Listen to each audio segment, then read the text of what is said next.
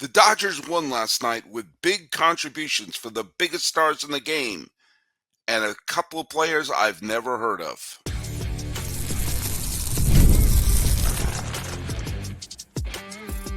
You are Locked On MLB, your daily MLB podcast, part of the Locked On Podcast Network, your team every day.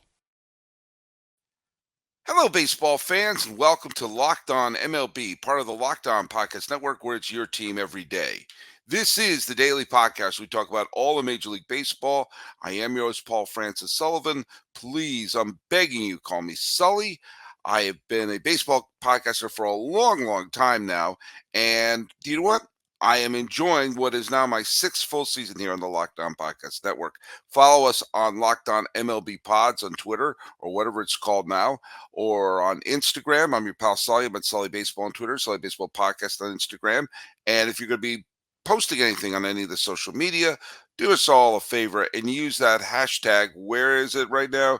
Everyday Sully. So we know who's listening every day. And believe it or not, that actually kind of helps.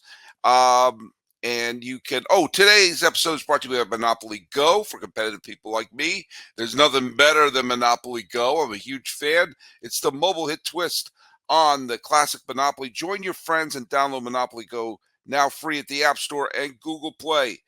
Today's episode, we are going to be breaking down a little bit of the Dodger game last night, where some of the big, huge stars of the team came up huge, and also a couple players. You know what? I've got to defer to my friend Josh Comers, who's a wonderful former writer for Conan O'Brien and currently writes for Jimmy Fallon. He used to have a line saying that he was people in his high school were part of the Who's Who, and he was part of the Who's That group. That's a little bit of the game last night with the Dodgers, the Who's Who of baseball, and the Who the hell is that of baseball. Thank you, Josh Comers, for popping that into my brain last night. First of all, let's go over the trivia question. The trivia question was, who is the only manager in Seattle Mariners history who went on to the Hall of Fame? And a couple you got there. Scott Horsmeyer. I got to have a tournament of champions of some of the people who are always getting the question right. The answer is indeed Dick Williams. A couple people got there. But yes, Dick Williams was the manager when and Ed Minty. Oh, Ed Minty is a new winner. Okay, thanks for jumping aboard. You're in every day, Sully. I knew there was a couple of the ones who were in there. So yeah, Dick Williams, who managed the Red Sox to the World Series in '67, managed the A's to back-to-back World Series titles in '72 and '73 before leaving after the '73 World Series. Turned the Expos around, made them contenders. They made the playoffs after he clashed with management. Took the Padres to the World Series, and it looked like he was on the verge of doing the same thing with the Seattle Mariners, but alas, it didn't work out. Let's talk a little bit about who owned baseball, because that's going to go in directly into our first topic of tonight. Connor Wong, one of the remnants of the Mookie Betts trade, went 4 for 4 with 2 homers, and the Red Sox blanked Cleveland 8-0. I'd still rather have Mookie Betts. Dean Kremer pitched into the 6th, striking out 10 Angels in 5 1/3 innings to earn the 6-5 decision for the Orioles. Reynaldo Lopez was terrific, holding the Miami Marlins to 1 run over 7 innings. The Braves walked off 4-3 winners. And Francisco Lindor collected 10 total bases, including a pair of home runs, as the Mets rolled over the Giants 8-2. Half wobs to Spencer Turnbull, who struck out 8 Reds, but the Phillies lost 7-4. Also in that game, Alec Boehm got on base 5 times for the Phillies in the loss. Brent Rooker of the A's hit a 3-run home run, which for a little bit brought the A's back into that game. They lost to the Yankees 7-3. And Sean Dubin, that's a very rare half wob to a middle reliever, but Sean Dubin got out of a bases loaded jam out of the bullpen and gave the Astros 2 1/3 scoreless innings, but they lost to the Cubs 4-3. Man, the Astros are in absolute free fall. Well, it's interesting that in the list of who owned baseball, there are no members of the LA Dodgers. And the reason why that's interesting is because the Dodgers won a game yesterday that was basically how they drew it up. And if you're going to win a championship, and let's face it, if the Dodgers do anything less than win a championship this year, then this year will be considered a disaster. And that, I mean, that is that fair? Of course, it's not fair. But when you win a championship in the COVID year like they did in 2020, and then add in Freddie Freeman, and then add in Shohei Ohtani, and then add in all the players that they've brought in, yeah, that's what you have. Boy, the Ohtani mess seems like a long time ago, doesn't it? By the way, I'm going to talk in tomorrow's show briefly. A friend of mine, Jessica, brought up something that someone said about Ohtani. Some people are just still hanging on to Ohtani hatred. He didn't do anything, folks. He didn't. It turns out his interpreter was a chump. All right, even his interpreter is saying that to the FBI. If you're still bringing that up, I mean, I back down from that. You just knock it off. But my friend Jessica told me something that someone told her about Otani that I'm going to call fractally stupid. It was so stupid that it's actually made up of tinier, stupider things. It's just the more you look at it, the dumber it gets. So we're going to get into some of the stuff tomorrow that some people are saying about it. That I just time to move on, pull a Frozen, let it go. But you look at the 11-2 victory over the Nats. This is exactly the kind of win the Dodgers need to have. An inferior team, let's beat them every which way but lose to the point where there's an orangutan on the field. 11-2 over the Nats, and despite all some of the troubles they've had and letting the Padres creep up close, they're 4 games above 500. They're about to put the aft thrusters on. Mookie Betts, who I would trade Connor Wong for as a Red Sox fan, he's his batting average right now is 365, and his OPS is 1.093. He got a double last night. He's on fire. My friend Chris, who I work with, would say, "Do you know what? Otani's going to have a bad year. This is all going to be distraction. The pressure's going to be too much for him." Yeah. He looks like he's buckling. He went 3 for 6 last night. The other day, he had a home run that actually burnt up in the atmosphere. Do you like batting average? He's batting 371. You like OPS? His OPS is 1.128. Yeah, good call. Freddie Freeman got on a couple of times, drove in some runs. Will Smith, who they signed to I think a 500-year deal, he got 4 hits. Muncy decided to start playing baseball again, and he got a couple of hits.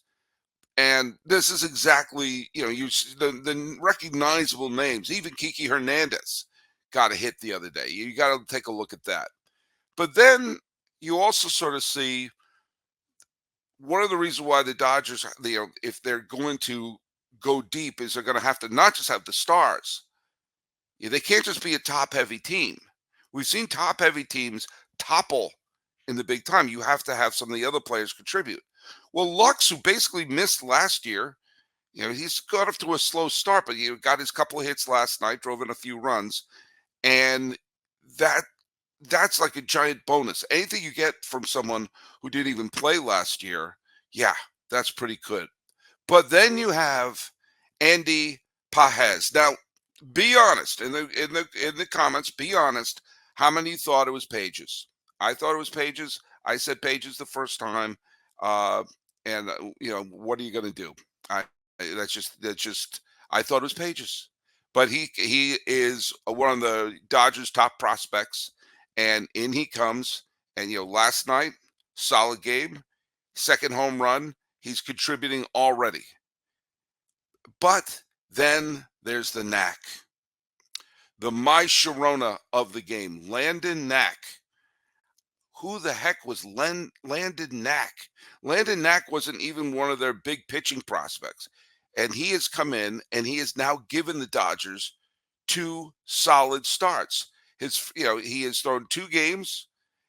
He's won. He got his first ever victory yesterday, and yesterday's game was 6 innings, 3 hits, 2 runs from someone they just plucked out from the farm. If the Dodgers are going to win, it's not just going to be because of their huge stars. It's going to be because they have to get contributions from everybody. And when one of the things that people worried about was the pitching staff, and one of the things that people worried about this was, are they going to have the depth in the staff? Well, they haven't had Yamamoto really kick into gear yet as like the superstar ace we're all expecting him to be. And I've pitched as many innings as Clayton Kershaw has this year. And Bobby Miller's on the IL right now. But if you get, they've got James Paxton's pitched well. Tyler Glasnow has been everything they've asked for, and I was skeptical of whether or not he would pitch well. I said if he's healthy, he's terrific. So far, he's healthy, and he's been terrific. So if the Dodgers are going to win, and boy, oh boy, Dave Roberts better hope that they do. It's not just going to be from the players that you expect. Sometimes it's going to be from the ones that you go, like, I've never heard of this guy. That's always going to be the case. Well, speaking about a team filled with people that you go, I've never heard of this guy, the Oakland A's. That's the other team I am focusing on over the next couple weeks because I've been guest hosting on Locked On A's because they needed a host and I jumped in. Well, on today's episode of Locked On A's, I had an interview with Dan Moore of The Ringer where we discussed fan protests and what they could possibly mean. And in the second segment, I'm going to be playing a snippet of the interview to give you a taste of what's going on. The full interview is going to be on today's episode of Locked On A's. But first, let's talk a little bit about our friends at Policygenius, which is the nation's leading online marketplace. It saves you time and money so you can provide your family with a financial safety net of life insurance starting today. With Policygenius, you can find life insurance policies that start at just $292 per year for $1 million worth of coverage. Some options offer same-day approval and avoid unnecessary medical exams. Life can be unpredictable, and Policygenius can take away some of the worries of what your family would do if something happened. Policygenius gives you unbiased advice from a licensed expert support team. They have no incentive to recommend one insurer over another, so you can trust their guidance. Thousands of 5-star reviews on Google and Trustpilot from customers who found it the best fit for their needs with Policygenius. Check life insurance off your to-do list with Policygenius. Head to policygenius.com/lockedonmlb or click the link in the description to get your free life insurance quotes and see how much you can save. That's policygenius.com/lockedonmlb. Guys, I have a huge announcement. I've been tracking the leaderboards every day, keeping an eye on the scores, putting my heart into it, and I'm really, really happy to announce I'm on top. That's right. Obviously, I'm talking about the hit mobile game Monopoly Go. Perhaps you've heard of it. Perhaps you watch Locked On Yankees, and you know Stacey Gotsulias is playing it every day, and she's one of the people who have downloaded it. There have been over 150 million downloads, but I'm on top right now.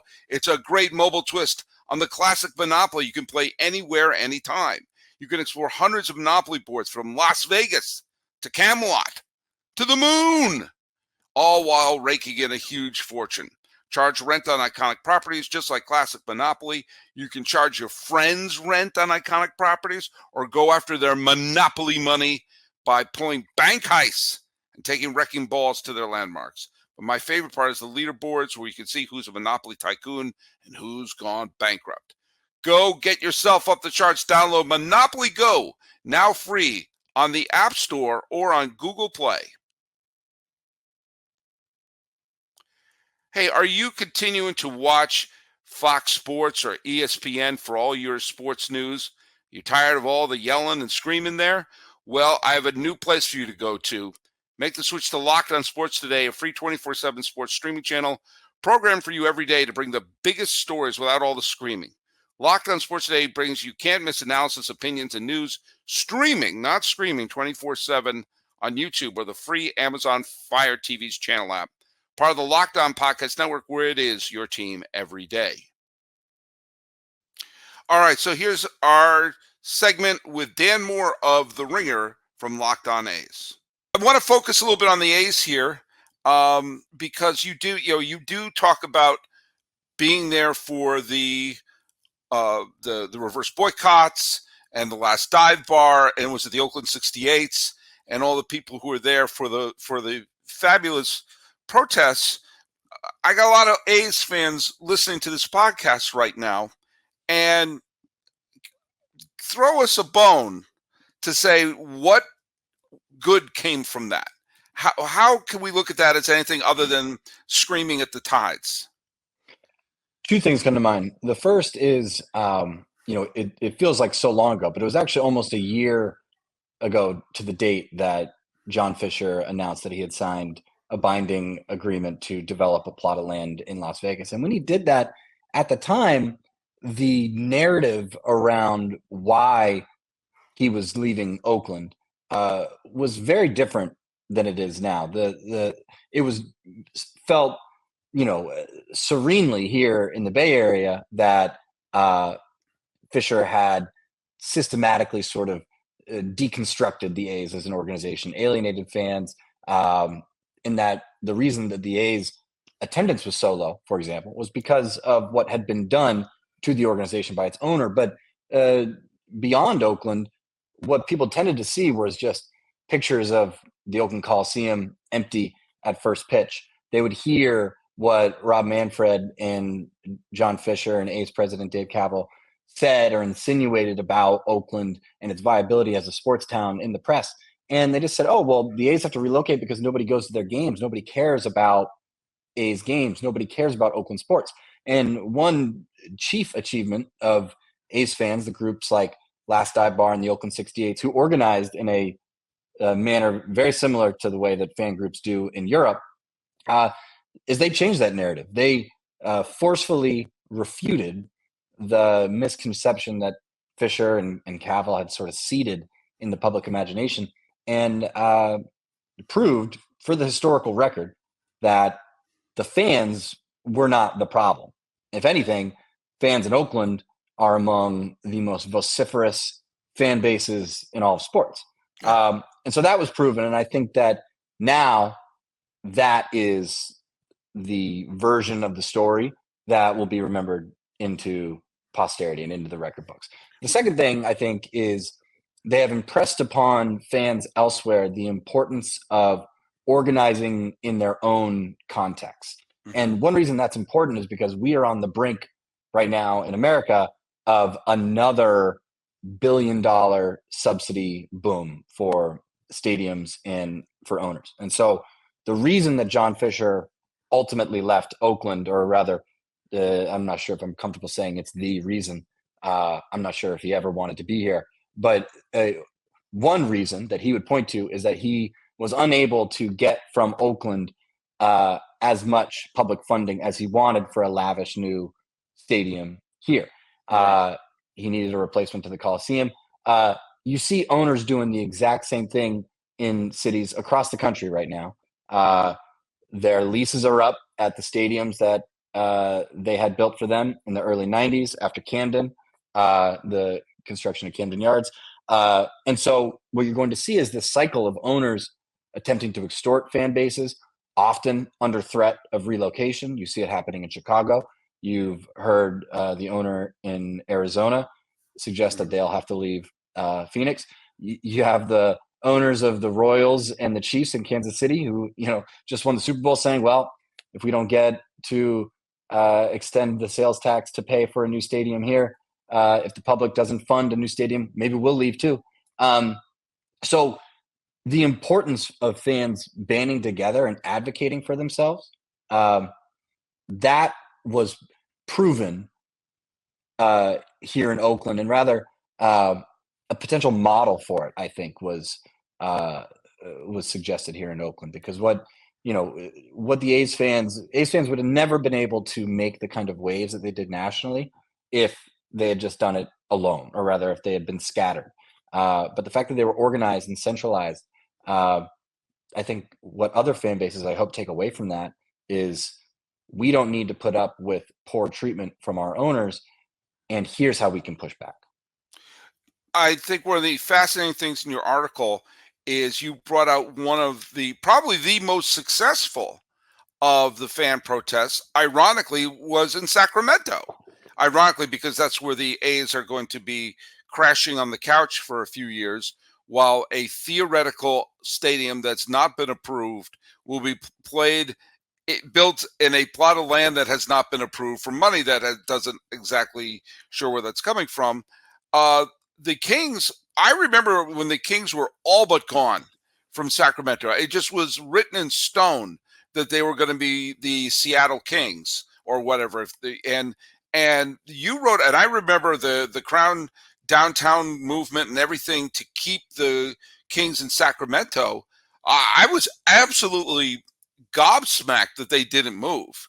And talk about they're as much of a vagabond franchise as the A's are.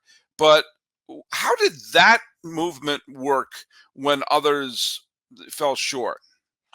There are a few factors. One, I don't want to take anything away from what fans there achieved. The people I spoke to up in Sacramento, including Carmichael Dave, who was a leader of the Crown Downtown movement, they made national headlines in precisely the same way. They were targeted in sort of how they protested, right? They went from city to city where owners who were on the relocation committee, where their teams played, so they brought the message where they needed it to go. They lobbied politicians in downtown Sacramento to ensure that public funding was available should the relocation vote, be turned or be voted down. They too provide a model, and A's fans here, as you point out, sort of ironically, followed that to an extent. Some differences, however.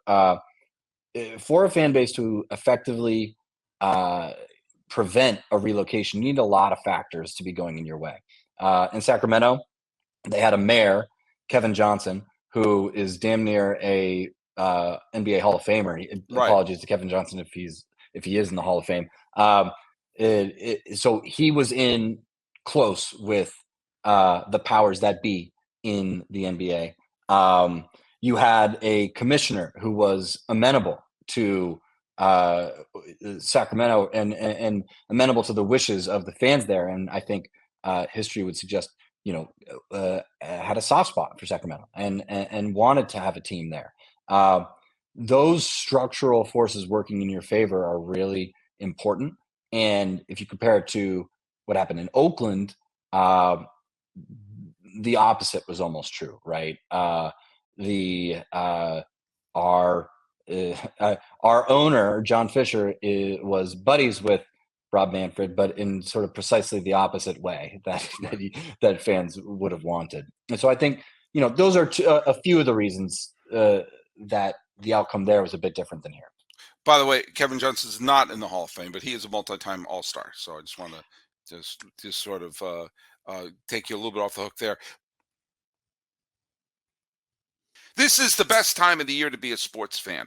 With all the games being played right now and the playoffs starting in hockey and in basketball, it's the best time to be checking out PrizePick, America's #1 fantasy sports app with more than 3 million members. It's the easiest and most exciting way to get in on the action while you watch your favorite sports and players. Just pick more than or less than on 2 or more player stats and watch the winnings roll in. The baseball season is about a month old around this point, and you get to see which big players are having slumps and which ones are going to break out of it. You think Aaron Judge is going to break out of a slump? Then pick more than. You think Juan Soto is going to cool down? Pick less than.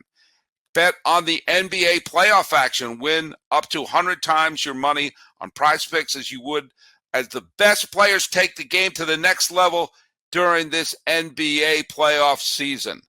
Testing my PrizePicks skills in baseball so you could make the most exciting way to play daily fantasy sports. If you have the skills, you could turn $10 into $100 with just a few taps. And PrizePicks now offers Apple Pay for quick and easy deposits into your account this basketball season. Download the app today and use the code LOCKEDONMLB for a first deposit match up to $100. Once again, download the app today and use the code LOCKEDONMLB for a first deposit match up to $100. PrizePicks, pick more. Pick less.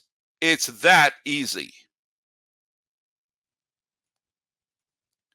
This is a reminder that Locked On has begun the first ever national sports 24/7 streaming channel on YouTube. Now it's available on Amazon Fire TV and the free Fire TV's channel app. Locked On Sports Today is here for you 24/7, covering the top sports stories of the day with the local experts of Locked On, plus our national shows covering every league. Find Locked On Sports Today now available on the free Fire TV channels app. There's going to be a bunch of day games played today. So it's going to be not a full slate, but the White Sox are going to play the Twins And wow, I mean, let's see if the White Sox could win their fourth game. The Red Sox and Guardians are taking off Anderson versus McKenzie. And the Astros, can they dust themselves off? Well, Justin Verlander's on the mound, so we're going to see about that. Reagans is pitching for the Royals. Barrios is pitching for the Blue Jays. Barrios has been an early Cy Young contender. Interesting matchup between the Brewers and the Pirates, two teams that want to win that Central. Keller didn't pitch that well earlier in the season, but had a great game his last game, and Peralta has been phenomenal. The Mariners and the Rangers keep flip-flopping who's in first place, Castillo versus Heaney. That leans a little towards the Mariners, actually. The Rocks are going against the Padres. Hudson's pitching for the Rockies, and, well, we're going to see if the Rockies lose, they join the 20-loss team. Wood against Cortez. Nestor Cortez has pitched very well for the Yankees, and the Yankees hope to win that series after losing the opener, and the A's want to split it.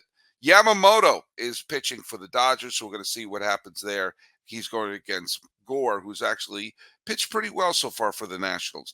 We're going to have a big Locked On MLB happy birthday to Art Shalak, who is turning 100 years old today. 100 years old, a former reliever under the glory days of the New York Yankees. He won a couple of World Series rings for his troubles. He's 100 years old. Let's celebrate him while we still have him. By the way, Art Shalak, his one game he pitched in the World Series. He played on a couple of teams that actually won, but the one time he got into a game was Game 4 of the 1953 World Series, one where Whitey Ford did not have his good stuff, and they had to go into the bullpen. And Shalak pitched 2 innings where he let up 1 run. Some of the batters he faced were Jackie Robinson, Gil Hodges, Roy Campanella, Duke Snyder, and Pee Wee Reese. No shame he let up an RBI double to Duke Snyder. But there is that illusion that baseball exists in the past, present, and future all at the same time. Well, happy birthday, Art Shalak, and many, many more.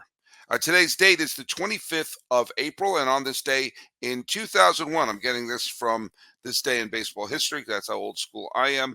On this day in history, Ricky Henderson, who played for the Padres, broke Babe Ruth's career record when he got his 2,063rd walk.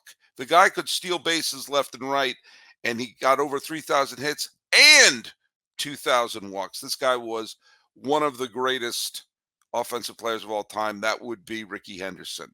So the trivia question for today, let's see if someone other than Scott Horsemeyer is going to get this one.